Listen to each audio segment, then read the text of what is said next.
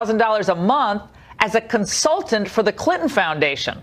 Now, what did he do for that 10 grand a month? He provided something called message guidance. I'll bet. In emails reported on by the New York Times, we learned that Blumenthal funneled advice to Secretary Clinton about things such as Libya. Now, not because he had any unique experience on North African affairs, but because a friend of his wanted to do business there. What a guy. Now, fast forward to the present day. The Grassley-Graham criminal referral contains this. One memorandum by Mr. Steele that was not published by BuzzFeed is dated October 19, 2016.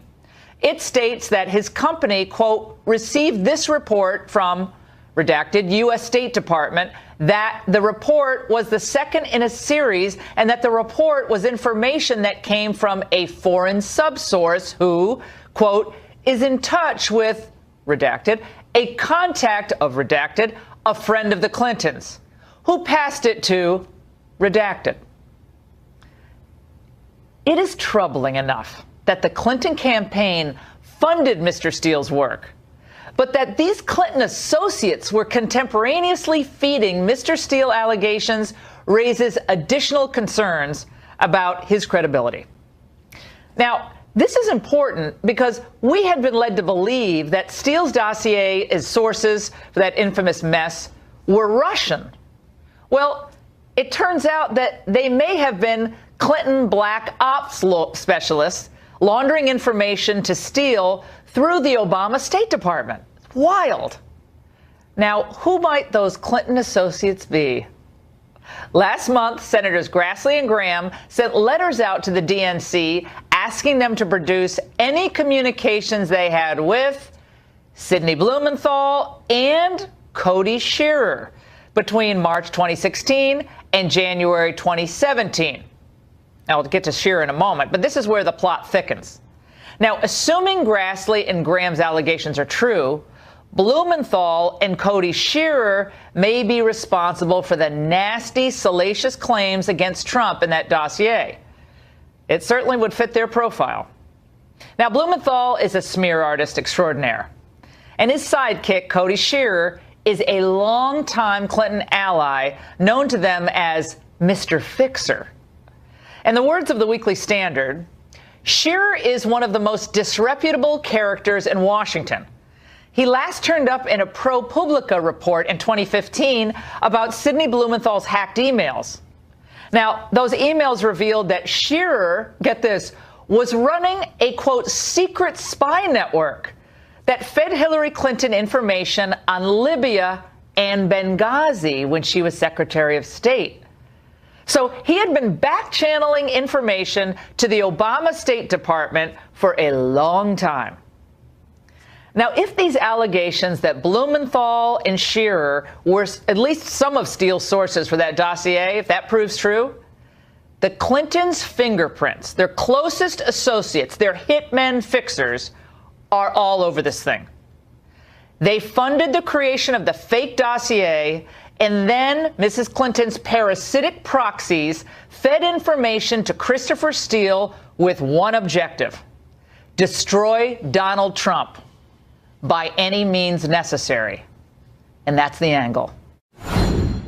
Joining us now, former Hillary Clinton advisor Philippe Reines and former Clinton advisor Dick Morris, and the author of the new book, Rogue Spooks, with Eileen, and along with Wall Street Journal columnist Kim Strassel. All right, I brought a special prop. I'm not a prop person, but I have a gavel, and in case things get really nasty between Morris and Reines. Just don't use that on our heads. Don't worry. You don't can worry. pound the table. Just all right, and Kimberly, don't worry. You're in on this action too. I'm not a man of violence. All right, let's start with Morris here, because Dick, first of all, I want to congratulate you. You're wearing the Brit Hume Boca Raton sweater tonight, so that you already win points.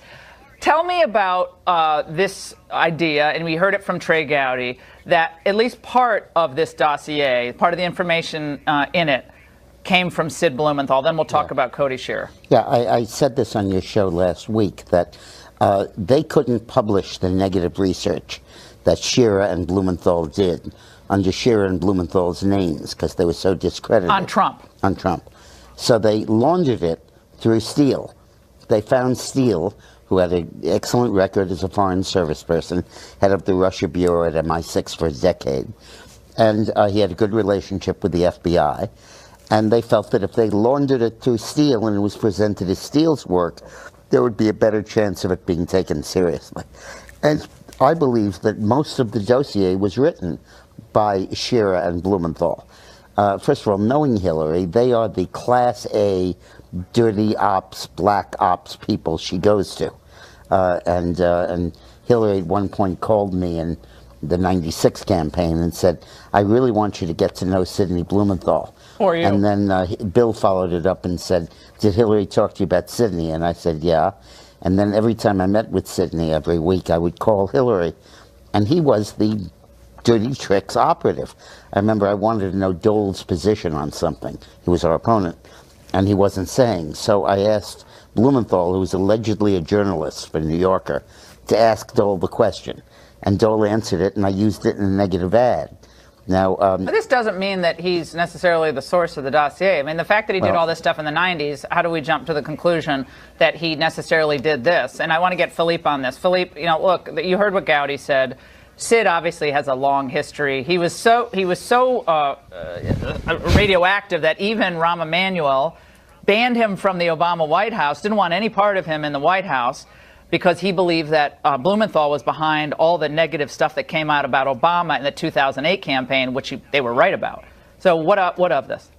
Well, let me say that I agree with something Dick said, which is that Chris Steele is a renowned MI6 agent and Foreign Service agent. And if his theory is correct as to why they funneled or laundered it through him, then you've got a problem. Because I think Dick just inadvertently gave credence to the rest of the dossier. Oh, no. Trey Gowdy didn't say who it was, but let's just stipulate that his hinting. Come on. Let's say it's Devin Nunes did the same thing. I've never heard of Cody Shearer. No one's going to believe that. I just have never heard the name. Sid, I think Dick knows, despite colorful. Then you haven't been around the Clintons. You haven't worked with the Clintons as long as I have. Yeah, exactly. I actually have, and I wasn't fired by them. But the more important thing is, that's a low blow. Sid, you know Sid. Sid is a lot more of a character than you're portraying. Okay. I'm not defending him, but I think the most important thing is the notion that the dossier was written by Sid Blumenthal is crazy.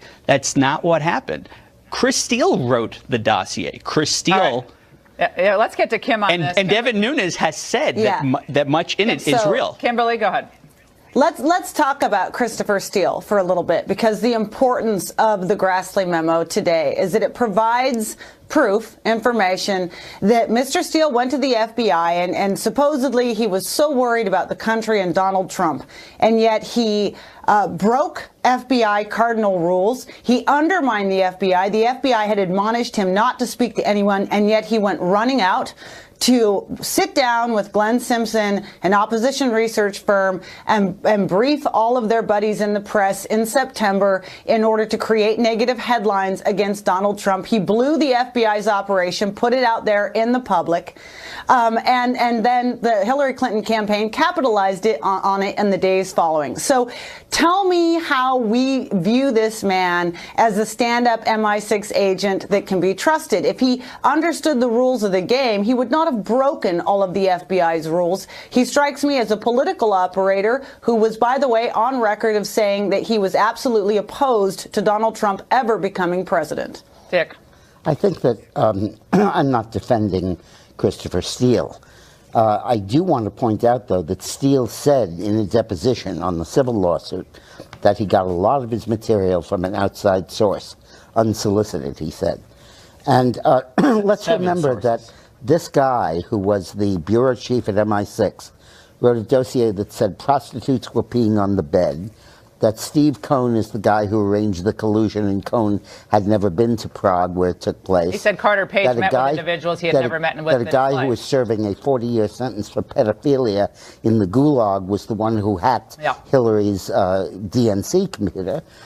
80% of that dossier is so clearly a lie. And 40% if of it is 20% is real, President Trump has a big problem. 40% of it is the story about Steve. Again, between Dick Morris and Devin Nunes giving credence to the Philly, dossier. Here's the thing: is but Democrats? Go ahead, real quick. Could we hear what the 20% is that's true? Yeah, I don't or know. Even the I hope 10 or the but is 5? that the standard, guys? Bob Mueller's going to tell us. Is this the standard? Is this the standard now? You can spy on an American citizen with a document that his provenance is unclear, whose agent behind the document has violated the norms of intelligence by sharing this information with the press before it was even looks like submitted to the FISA court.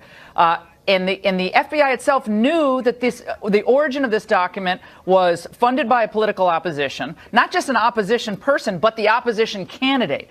If you can spy on an American on that basis, I find it to be terrifying. I don't care if you're a Republican, Democrat, or somewhere in between. But that's not the basis. That is terrifying. The basis for the warrant, as we've learned, is that George Papadopoulos, the coffee boy. Oh, yeah. Okay. That's a real reason coffee to spy on boy. American. Don't hit it to the coffee boy. 28-year-old kid goes into a bar and like, but it's not the dossier. All about how, but it's not the dossier. Boasts all about how great he is and how wired he is with everything. Once the FISA warrant was granted, Carter Page was listened in on, and every 90 days they renewed it for 3 times. On the same phony basis. No. Same phony basis. You can't renew it unless it's based on what the 90 days have provided. The same, Kimberly, on the idea. No, Kimberly. So the Grassley. Go ahead. Didn't they conclude that the dossier was a significant part, if not the instrumental part, of the FISA application, without which the FISA application would not have been filed? McCabe did say that in the testimony on Capitol Hill, the closed door. He said that, and the Grassley-Graham referral, which, by the way, quotes from the FISA application. It's the first time we've seen text from the FISA application. Said that the FISA application relied, quote, heavily on 2 pieces of information, on the dossier and then on a Yahoo News article that was inspired by Christopher Steele as well, and meant to suggest that somehow there was corroboration. And by the way, the Grassley-Graham referral also, and this is very important, reveals to us that even Comey admitted in front of the Senate Judiciary that we have evidence that they weren't able to independently verify the dossier or this article. Comey and when he was asked why, Comey said that. And so when he was asked why, they nonetheless ran with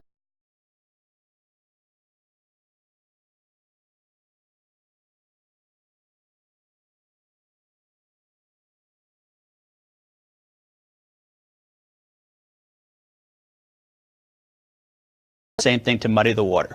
We should talk about the text messages. Did Blumenthal come up with that line? Messages. I'm kidding. I'm Sidney kidding. Blumenthal. Let's go to Britt. I mean, sorry. I just like to made up the notice. story. Go ahead. That Perot. Can I point out? Investigated his daughter's fiance. Okay, because you're going to Perot now, Dick. 2018. We're not going to go to Ross Perot. Because he was an anti-Semite and didn't want his daughter marrying a Jew. And Blumenthal wrote that in the New Republic. I get all that. That's, okay, I'm going to hit. Philippe's hitting. He's going to hit me with it. All right, fantastic segment. Fantastic segment. Button. I don't know how to translate. The FBI lovebirds, by the way, we just talked about, have struck again. One of their texts raises more questions about whether President Obama had any involvement or asking any questions about the FBI's Russia meddling investigation. And up next, Jim Jordan is our expert panel analyzing that potential bombshell. Philippe is now getting hit with the gavel. Stay with us. A newly released text between FBI agents is raising questions about what former President Obama said about his lack of involvement in federal investigations. On September 2nd, 2016, Lisa Page texted her friend, Peter Strzok, about the need to create talking points for then FBI Director Jim Comey. That was because she texted, quote, POTUS, the president, wants to know everything we are doing. Now, that would appear to contradict what then President Obama told Fox's Chris Wallace 5 months earlier. Not talk to the Attorney General about pending investigations. I do not talk to FBI directors about pending investigations. We have a strict line and always have maintained it. Joining us now with more is James Freeman of the Wall Street Journal, who joins us from New York. Republican Congressman Jim Jordan is here in the studio, as is Democratic strategist Scott Bolden. Congressman. Yep. Your sense on this? Now, the Democrats are saying this is not a big deal. This is the president being engaged on the subject of Russian collusion and interference in the election, which a president of the United States should be informed about. You got to take it in context. This is September 2nd. Remember, July 5th is the day they say we're not going to charge Clinton. Comey does his now famous press conference and say no charges will be brought. Later that same month, Peter Strzok, the same guy who ran the Clinton investigation, opens the Russia-Trump investigation. 2 weeks later, August 14th, we have the text message from Strzok and Page where Peter Strzok says we need an insurance policy in case the American people actually make Donald Trump president. And then 2 weeks after that, September 2nd, they say POTUS needs to know everything we are doing. So take it in context. I think it raises lots of concerns, lots of suspicion.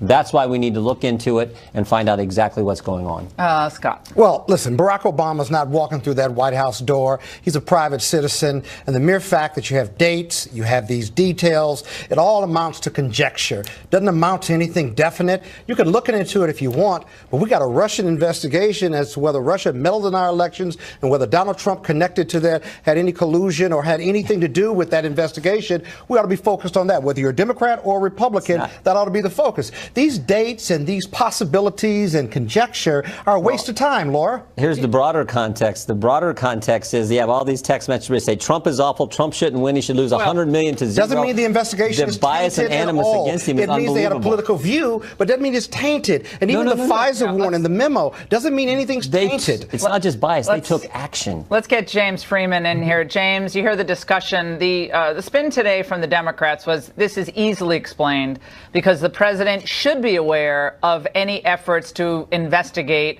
as the chief executive officer of the government, investigate a Russian effort to meddle in the election, regardless of what political party is involved. Your response?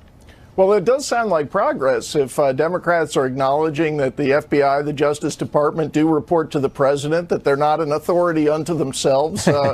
But I think it really does get to this question of who did authorize going to a judge and getting a warrant to spy on the political opposition with an amount of evidence that really would not pass muster at our newspaper and really in any professional newsroom. And so now the question is, you mentioned the Obama statement on your program a few years ago. It's quite a distance from I never talked to the FBI director about pending investigations to not only did he talk, but he wanted to know everything they were doing. And I think now the question for Mr. Obama is, did you realize this evidence was so thin? Did he know what they were doing going to the judge in the FISA court with this politically generated material? Well, yeah, well, a couple things here. Yeah, well, I think it is wild to think that in the middle of a heated presidential election cycle, with the Justice Department, the FBI, ready to spy on an American, not to go to the president. See, I think that would be weird not to say, look, yes, we're about to do this. We thought we should give you a heads up. And go to the president and say, this is what we're putting together. We think you should be apprised of this. Do you think this is okay? Maybe.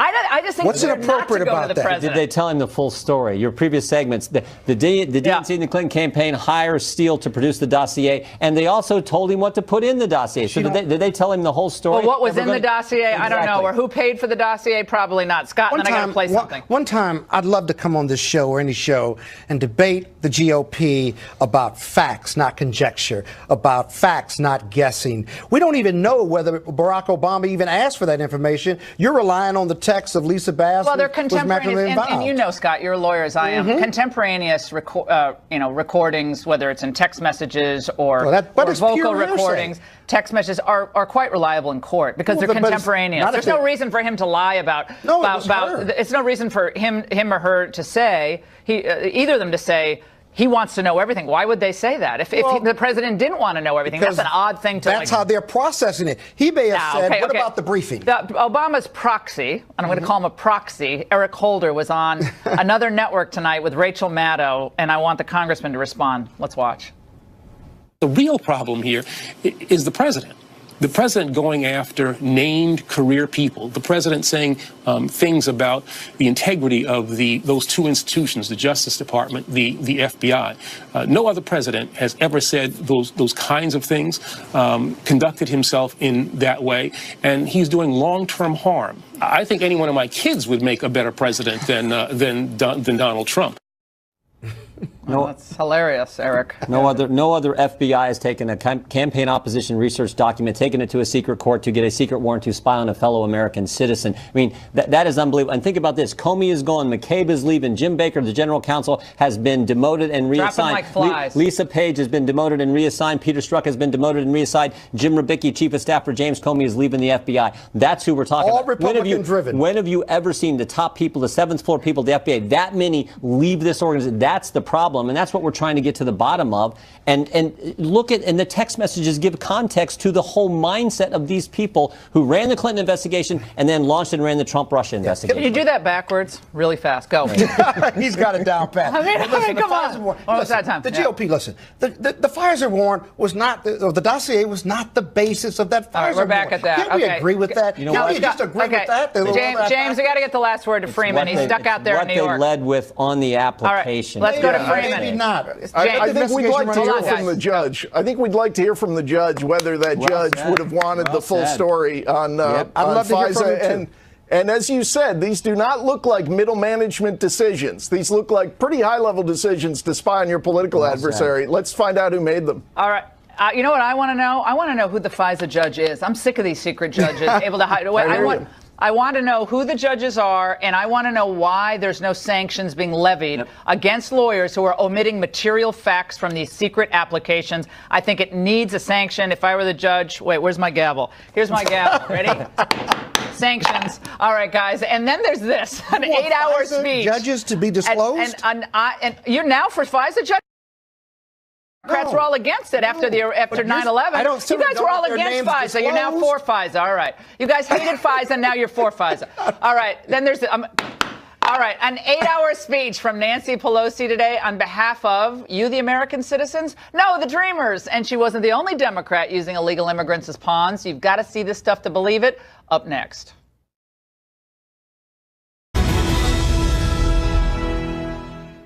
A pair of stunts by Democrats today seem to answer the question, do they really care about the so-called Dreamers?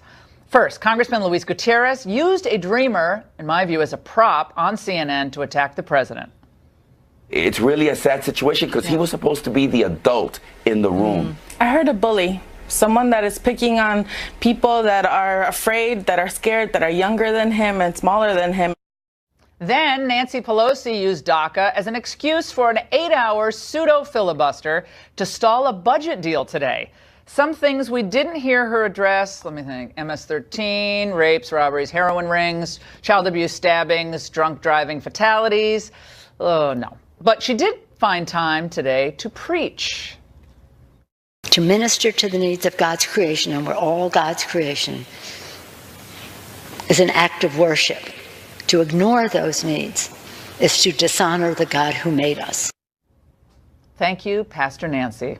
Let's discuss this with Monica Crowley in New York. She's a senior fellow at the London Center for Policy Research. And here in Washington is Ali Noorani, executive director of the National Immigration Forum. All right, Ali, I have to give Nancy Pelosi credit. She's up there for 8 hours. You know, she's not, 40. And she's up there for 8 hours on 4-inch heels. And she's going for it. And you get all the women behind her, Sheila Jackson Lee. So no one nodded off, which was amazing.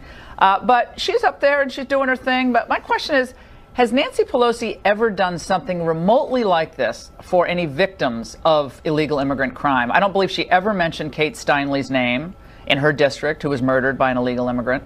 And I don't believe she's ever addressed the issue of gangs in Oakland or any other part of California, L.A., her state. And yet 8 hours for the so-called Dreamers.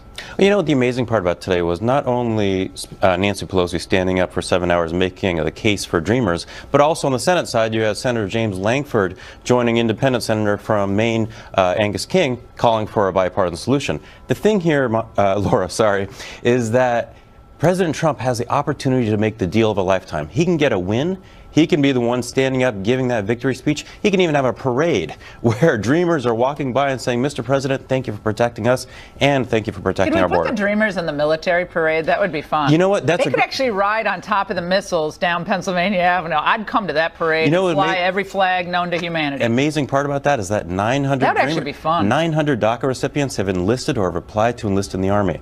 That's an amazing number. People who are... Guess what? In my view, they'd all get a pass right into citizenship. Monica, let's go to you on this, because Nancy Pelosi does have stamina. You got to hand it to her. She wants that gavel back in her hand in November. She wants that gavel, or in January of next year. They want to take back the House.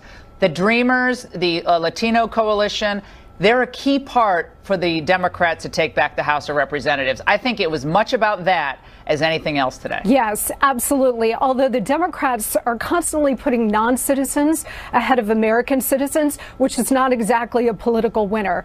Look, Laura, you either have a country that's based on the rule of law or you don't. And the Democrats don't much care about the rule of law, because their goal is to legalize as many of these people as possible, not because they care about them, but because their primary objective is to create a permanent Democrat voting majority. So while the left is very effective, as Nancy Pelosi was today, in casting their views and their policies and their approaches in emotional, three-hanky kind of ways, and then using the echo chamber of the left-wing media to portray them that way, the American people understand here what this is all about, and they know. And stunts like this, like Gutierrez and Pelosi, this is the same old routine. And you know what, Laura? It doesn't have the same traction as it used to, because popular sentiment is actually with President Trump on this, including many in the Democratic base who want better jobs and better wages without the drag on those things from illegal immigration. Well, 1.8 million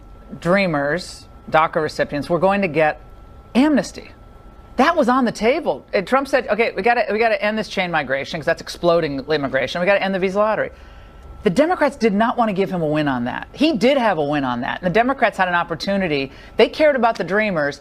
1.8 million would have gotten amnesty. Now they're going to get nothing. And the amazing part about it is that President Trump also had a great deal in his hands, in that Senator Schumer was willing to give him $25 billion for a wall. But that no chain migration, right? That was the rub. That's the deal that the president wanted. But then he gave him more. He gave him $1 million more amnesty. He upped it to him 1.8. How many more billions of dollars do we want on the border?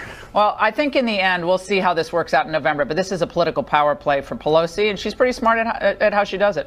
Thank you both. Great segment. And by the way, nothing says the Me Too movement like naked supermodels. Yes, I just said that. Up next, we're going to show you what happens when Sports Illustrated tries to put a feminist spin on its annual swimsuit edition. Time now for our Seen and Unseen segment, where we expose what's really going on behind the big culture stories of the day. We kick it off with a doozy. What happens when the Sports Illustrated swimsuit edition hits the Me Too era? Forget swimsuits. The models are wearing nothing but buzzwords. I kid you not. To make some sense of this and share this another sweet story coming up as well, Fox News contributor Raymond Arroyo. Raymond, swimsuit edition, no swimsuits, but a hashtag on the models. What's going on? Well, they call it In Her Words, and these are empowering words on these models, supermodels. Here's the problem. They're saying this is empowering. You're objectifying these. You're using them as literal billboards. And I'm sorry, this is no way. If you're what our daughter is supposed to aspire to? Well, this is supposed to raise awareness of respect for women. Joke there. I'm not going to make sexual awareness. Sexual abuse awareness. This is an odd way to do it by putting, the first time in history, Sports Illustrated does a nude spread. And all women edited this edition. Yeah. It was an all-female cast editing this edition. I don't know what they're editing. They didn't edit much. Here's what the editor MJ Day said of this experience. She said, it's about allowing women to exist in the world without being harassed or judged, regardless of how they like to present themselves. Well, women may read the words, men are reading the curves, I can promise you. And when I saw this, I thought, this is a photo spread, a Me Too protest that Harvey Weinstein could have produced. Oh, my gosh. It's an outrage. It's embarrassing. Really ladies, dumb. Embarrassing yourselves. Father-daughter dance canceled in New York, Staten Island, Public School 65. My daughter's gone to a father-daughter dance, and she goes with a friend or grandfather surrogate grandfather, and she has a great time. Well, they're saying there's That's a Catholic school, though. The public schools have a code that you don't want to violate anyone's gender identification, and by calling it a father-daughter dance, they're saying you're excluding people. But I don't quite understand this. If you're a mother who identifies as a father, go to the father-daughter dance. If you're a father who identifies as a mother, go to the mother-son dance. You know what I'm doing? I'm staying home. I find this whole thing. This is a different type of dance. It's not the dances I'm used to. But no one should stay home. These are beautiful events for a mother They're wonderful. and son and a father and daughter. They leave lasting memories. Why should it be ruined for everybody? Down the street at Well, they want to PS ruin the 30. Boy Scouts. They want to ruin the Girl Scouts. They want to ruin fraternities, all male clubs, all female clubs. You can't have any fun with a particular group because everybody has to be in it. Then there is no special place. It's all everyone's everything. Down at PS 30, they have something called a fudge dance, which is fun with uncles, dads. What? fun. I'm reading. The studio doesn't want to know where this is going. Fun with uncles, dads, grandfathers, etc. So look for the etc. daughter dance or the etc. son dance. Okay, Raymond. Everybody will be happy then. What's the good feel-good story? The most uplifting story of the week. Gerber Baby has chosen its spokesbaby for the year. It is a little boy named Lucas Warren. Aww. He's the first child in 90 years to have Down syndrome, a special needs child, chosen as the Gerber Baby. It's such a lesson and a witness. Remember, 67 to 90% of children with Downs are aborted. This is a really important lesson for the beauty and the need for every life, and that these people are valued and loved and should be. Every life has worth and merit, and that made my night Me week. too. Thank you for we needed to clean the palate. That is awesome. Raymond, you're not going to believe, by the way, that it was an immigrant trained by Al-Qaeda who got a chain migration visa, who now is in the crosshairs of our counterterrorism authorities. You're not going to believe what he was up to. We'll come back and we'll bring you that story. In case you probably haven't heard much about, the FBI has arrested a Saudi immigrant who reportedly attended Al-Qaeda's most notorious training camp, the very one used by the 9/11 hijackers. What alerted the feds? They say Naif Afalajad used a fraudulent visa to, get this, take flying lessons, just like the 9/11 gang. So how did he get the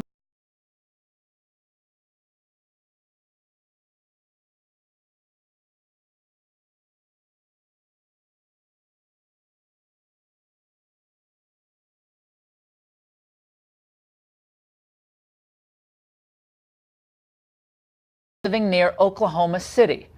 How did our system allow this guy in? And how many others like him are out there? Remember, poorly vetted immigrants were suspects in the botched attack on New York subways in December, the truck attack on a bike path in New York that killed 8 and injured 11 last October, and the 2015 mass shooting in San Bernardino, California that killed 14 and wounded 22. Here with analysis is former FBI counterterror official Terry Turchi in San Francisco. Terry, this seems all too familiar, the pattern of the jihadis who managed to get their way into the United States, lying about their background, and then in this case with the Saudi immigrant, the guy was signing up for flying lessons. How does this happen?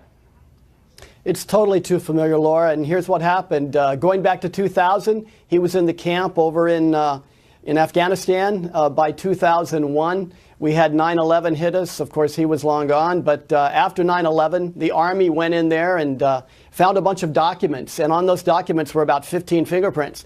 And in a way, this is kind of a success story, but it's also a very frightening story as to what we face in the future, because they went ahead and they sent those documents in here to the Bureau, and the fingerprints were then recorded in the Bureau's files. So about 2011, Naif actually comes to the United States because his wife was here, and he comes on a non-immigrant visa. Now, that was a big problem during the 9/11 situation.